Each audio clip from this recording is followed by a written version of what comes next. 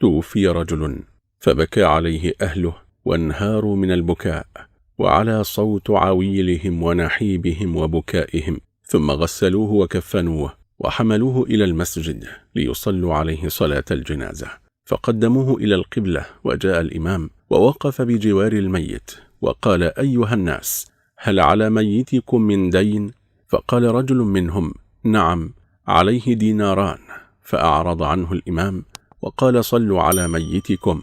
فتقدم رجل من الناس إلى الإمام وقال: الديناران عندي، أنا سأتكفل بدين هذا الرجل. فكبر الإمام وصلى عليه، فكان الإمام هو رسول الله صلى الله عليه وسلم، فقد فعل ذلك تعظيما لأمر الدين، ومحذرا من أن يأخذ المسلم مال أخيه لا يريد أداءه.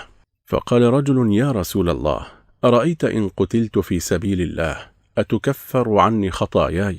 فقال رسول الله صلى الله عليه وسلم: نعم، وأنت صابر محتسب مقبل غير مدبر إلا الدين. وعن محمد بن جحش رضي الله عنه قال: كنا جلوسا عند رسول الله صلى الله عليه وسلم، فرفع رأسه إلى السماء ثم وضع راحته على جبهته، ثم قال صلى الله عليه وسلم: سبحان الله، ماذا نزل من التشديد؟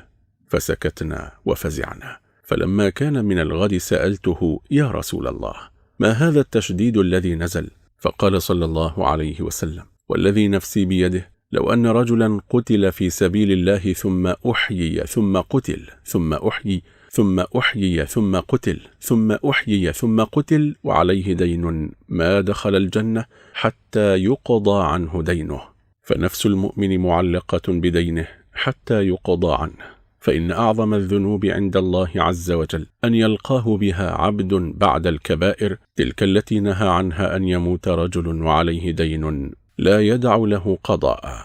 يا زلة كتبت في غفلة ذهبت، يا حسرة بقيت في القلب تحرقني، دعني أنوح على نفسي وأندبها، وأقطع الدهر بالتنكير والحزن، كأنني بين تلك الأهل منطرح على الفراش وأيديهم تقلبني، كأنني وحولي من ينوح ومن يبكي علي وينعاني ويندبني، واشتد نزعي وصار الموت يجذبها من كل عرق بلا رفق ولا هوان، وسار من كان أحب الناس في عجل نحو المغسل يأتيني يغسلني، وألبسوني ثيابا لا كمام لها، وصار زادي حنوطا حين حنطني، وأخرجوني من الدنيا فوا أسفا على رحيل بلا زاد يبلغني، وحملوني على الأكتاف 4 من الرجال وخلفي من يشيعني، وقدموني إلى المحراب وانصرفوا خلف الإمام وصلى ثم ودعني، صلوا علي صلاة لا ركوع لها ولا سجودا لعل الله يرحمني، وأنزلوني إلى قبري على مهل، وقدموا واحدا منهم يلحدني، وقال: هلوا عليه الترب واغتنموا فضل الثواب من الرحمن بالمنن.